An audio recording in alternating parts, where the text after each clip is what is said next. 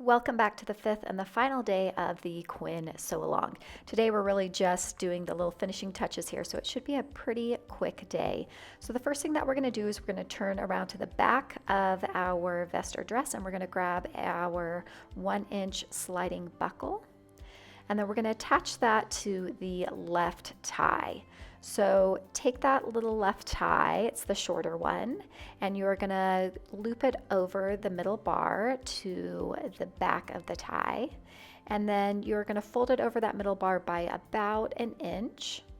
And if you want, you can go ahead and pin it there, and then we're going to go over to our sewing machine and we are going to stitch along the end through all layers, just across that bottom edge to secure it.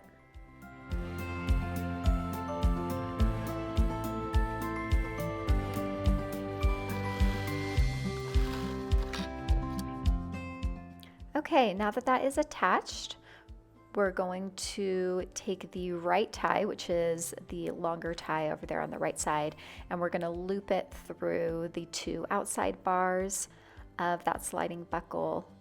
And then you can use that, you can pull it tighter or looser depending on how much extra fitting that you want at the back of your vest or dress. If I want it to be extra secure and tight, sometimes I do take the end and then I loop it back over through that right side of the bar, and that will really hold it really tight, especially if your fabric is a little bit thinner, so it's a little bit looser in there.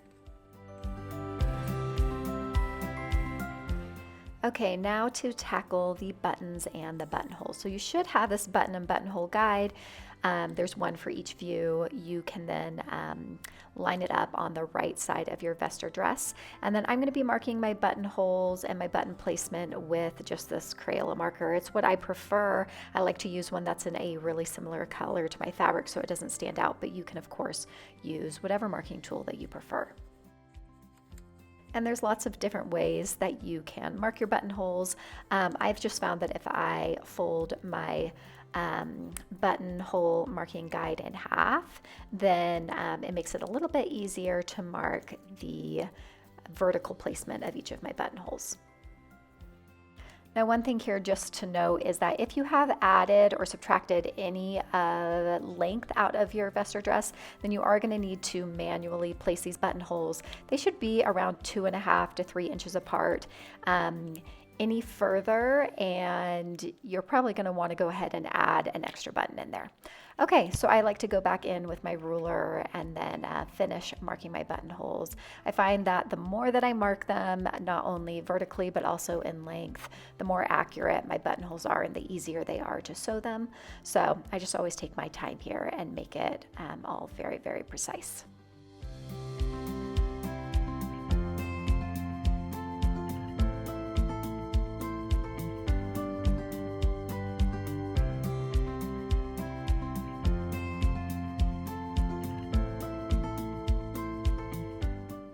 Okay, now that these are all marked, I'm going to go over to my sewing machine, and using the buttonhole foot that I have on my machine, I am going to sew all of these buttonholes. I know that buttonholes are not everybody's favorite thing to do in sewing. I will say that this is a woven fabric, so it should be a little bit easier. You're also sewing through the front facing that has interfacing, so that should also help stabilize it. You can also, if you're having any trouble, add a little bit of tissue behind it or paper. Sometimes that can also help stabilize it. So those are kind of the tricks that I have, but I know it's not everybody's favorite thing to do.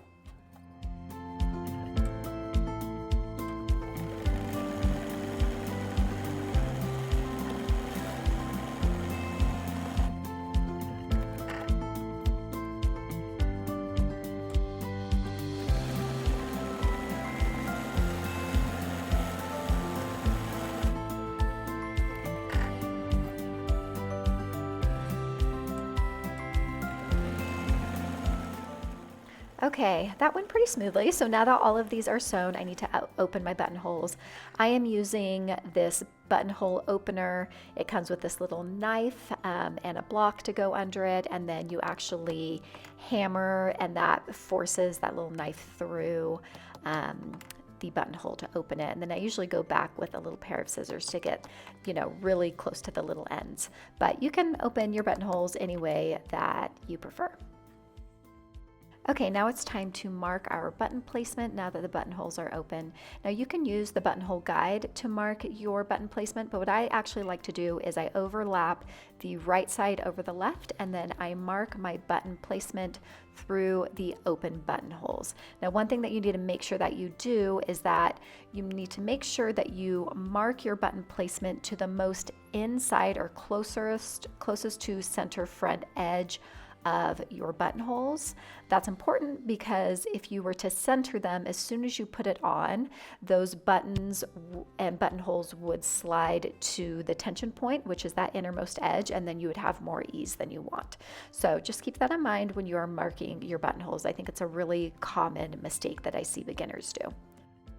Now, one of the little tricks that I like to use is I use a glue stick to actually place my buttons over the button placement that I marked, and that just keeps them in place for when I sew them on. And I do sew them on my machine, but you can of course sew them on by hand if you prefer. This is especially important if you have a thicker fabric, because you might want to put a teeny shank at the back of the button, which is harder to do on a machine than it is to do by hand.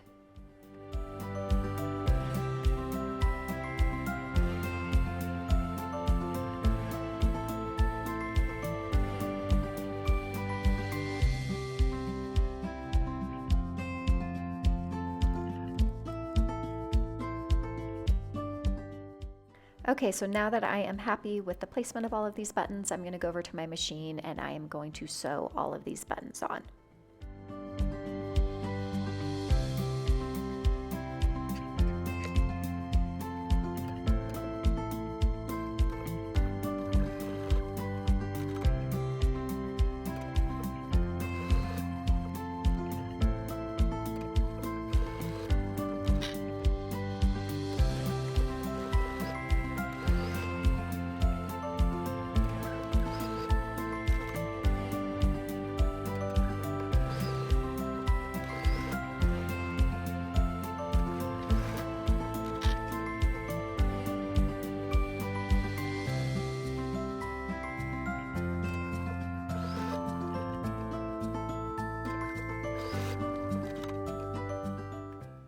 Okay, and that is it. My buttons are all attached. I'm going to go ahead and button up my vest here.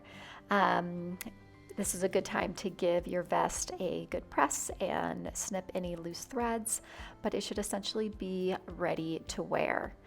This right here is of course view A of the Quinn, but I've also gone ahead and finished up all these little steps from today on the other views that I sewed up, so that's views B and C, so let me show you those as well.